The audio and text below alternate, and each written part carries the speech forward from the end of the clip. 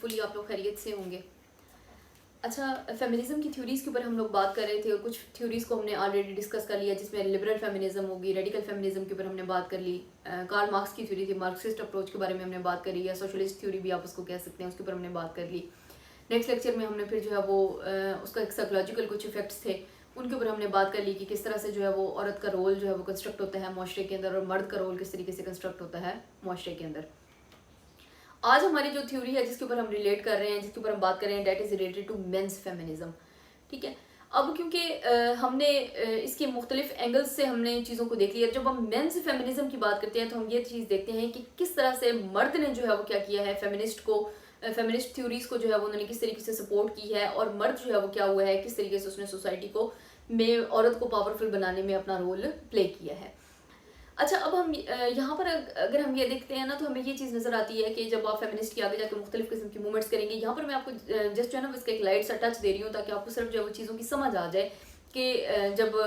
Movements मुख्तलिफ किस्म की स्टार्ट हुई हैं औरत की स्ट्रगल के अंदर, जब वो औरत स्ट्रगल कर रही थी अपने राइट्स के लिए, तो वहाँ पर क्या था कि सिर्फ औरत जो है वो अकेली नहीं थी, बल्कि क्या थे कि मर्द जो है वो माशरे के वो भी कुछ उसके साथ खड़े थे, और उसको अप्रोच करने के लिए या उसको सपोर्ट करने के लिए जो है वो क्या थी, मर्दों की एक बड़ी कसीर तादाद जो है वो उनके साथ मौजूद थी, और उनको राइट्स दिलवाने में मर्दों का भी उतना ही हाथ है कि जितना कि औरत का है। गो कि औरत की स्ट्रगल बहुत ज़्यादा है, जाहिर बात है उसने अपने राइट्स के लिए वो बात कर रही थी, लेकिन इसका मतलब ये नहीं था कि कुछ माशरे के मर्द भी ऐसे नहीं थे कि सारे के सारे उनके अगेंस्ट जाके नहीं खड़े हो गए हैं, बल्कि क्या हुआ है कि कुछ मेन इस तरह के थे जो कि फेमिनिस्ट को जो है वो क्या कर रहे थे, अप्रोच कर रहे थे, फेमिनिज्म थ्योरीज को अप्रोच कर रहे थे, औरत के राइट्स के ऊपर बात कर रहे थे, और इसी चीज़ को हम रिलेट करते हैं मेंस फेमिनिज्म के साथ। अच्छा,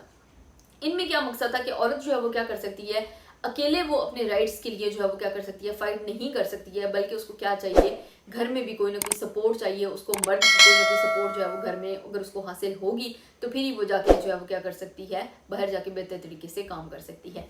इस थ्योरी को अगर हम मुख्तलिफ एंगल में देखें तो जब हम ये चीज़ देखते हैं ना कि हम लोग ये चीज़ कहते हैं कि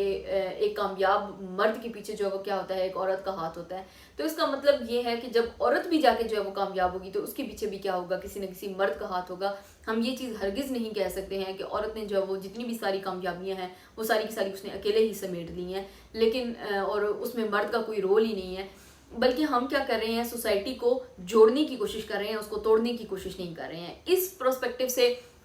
बिल्कुल आपने निकल आना है कि औरत को पावरफुल करने का मकसद ये है कि मर्द को हम क्या कर दें, सप्रेस कर दें, और वो मर्द को दबा के रखे, और सारी की सारी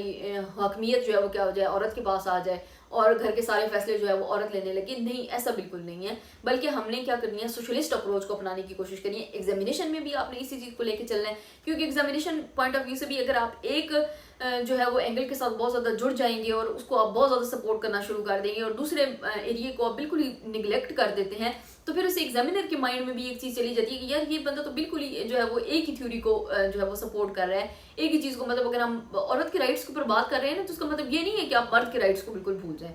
औरत को पावरफुल कर देंगे, उसके पास सारे राइट्स आ जाए, उसको सारी चीज़ें दे देंगे, और मर्द को बिल्कुल मार्जिनलाइज कर देंगे, तो फिर मर्द का भी वही हाल हो जाएगा जो आज हमारे माशरे में औरत का हो रहा है। तो फिर हमारा माशरा कभी भी तरक्की नहीं कर सकता। अगर हम तरक्की की बात करते हैं ना, तो फिर इसका मतलब ये है कि अगर मर्द और औरत गाड़ी की दो पहिए हैं ना, तो उन दोनों पहियों की पावर तो जो है वो उनकी इक्वल होनी चाहिए ना। एक को बिल्कुल डिप्रेस करके और एक को बिल्कुल पावरफुल करके तो आप जिंदगी की गाड़ी को अच्छे तरीके से नहीं चला सकते हैं। तो दोनों को जो है वो क्या होना चाहिए, क्योंकि हमने इक्वल ट्रीट करना है, लिहाजा हम यहाँ पर ये देखते हैं कि औरत जब अपने राइट्स के लिए स्ट्रगल करने के लिए घर से बाहर निकलती है, तो उसके भी पीछे खड़ा हुआ उसको कौन नजर आता है, उसको मर्द नजर आता है।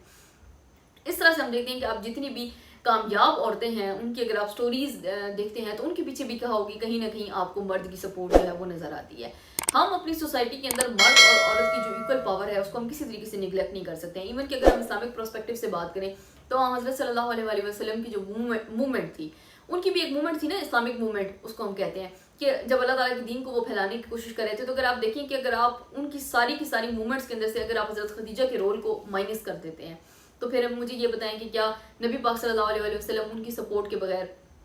बेशक अल्लाह ताला की सपोर्ट जो है वो उनके साथ थी, और लेकिन अल्लाह ताला ने उनके लिए एक कंपेनियन इतना जो है वो मजबूत चूज़ किया कि हज़रत खदीजा की सपोर्ट के बगैर इस्लाम का इस हद तक डेवलप होना शायद मुमकिन ना होता। उन्होंने मुख्तलिफ तरीक़ों से नबी पाक सल्लल्लाहु अलैहि वसल्लम की जो है वो उन्होंने मदद की, फाइनेंशली उन्होंने उनको सपोर्ट दी। फिर वो मतलब जिस तरह से कहते हैं ना कि गारे हिरा का जो पहला वाक़या है, आप सल्लल्लाहु अलैहि वसल्लम तशरीफ़ लेकर आते हैं और आप हज़रत खदीजा को कहते हैं कि मुझे चादर उड़ा दो। इट मीन कि वहाँ पर हम उसकी सोशलिस्ट अप्रोच को देखते हैं कि सोशली भी जो है वो उन्होंने सपोर्ट किया और इस तरीके से इस्लाम जो है वो फैलता है। आगे जाके हम देखते हैं करबला के वाक़े के अंदर,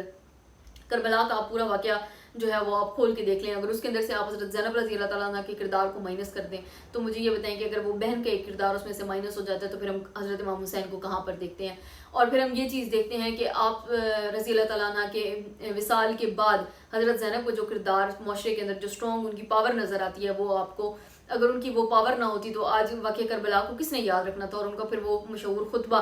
तो यहाँ पर हम ये चीज़ देखते हैं कि औरत और मर्द जो है वो क्या हो रहे हैं, हमें इक्वल फुटिंग पे नज़र आ रहे हैं। पाकिस्तान की अगर हम हिस्ट्री देखते हैं तो आप काले आज़म मोहम्मद अली जिन्ना के साथ आप जो है वो स्टैंड बाय किसको देखते हैं, फातिमा जिन्ना को देखते हैं। अगर मतलब जिस तरह से हम देखते हैं कि उनकी क्योंकि उनकी जो है वो एक लाइफ जो उनका मार्शल स्टेटस था वो कुछ बहुत अच्छे तरीके से डेवलप नहीं कर सका, उनकी जो है उनकी मिसेस का बहुत जल्दी इंतकाल हो गया, फिर उनसे बेटी सेपरेट हो गई, तो घर का जो स्ट्रक्चर था वो तो मुकम्मल तौर पर तबाह हो चुका था। लेकिन देखें कि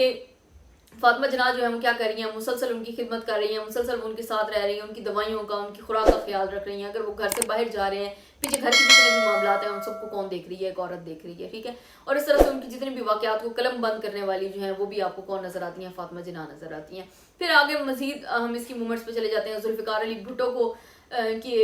इंतकाल के बाद किसने जो है वो उठाया, बेनज़ीर ने उठाया। इस तरह से हम देखते हैं कि अभी ये रिसेंट एक मूवमेंट चल रही है जिसमें हम देख रहे हैं कि नवाज शरीफ का ये जो केस है इसके अंदर आप मरीम नवाज का किरदार देख लें तो हम ये चीज़ देखते हैं कि औरत और मर्द जो है वो क्या है, सोसाइटी का मेन पिलर है। और दोनों जब एक दूसरे के साथ सपोर्ट नहीं करेंगे या अगर मर्द औरत को सपोर्ट ना करे, औरत मर्द को सपोर्ट ना करे, तो दोनों की सक्सेस जो है वो क्या है, किसी सूरत भी मुमकिन नहीं है। Thank you very much.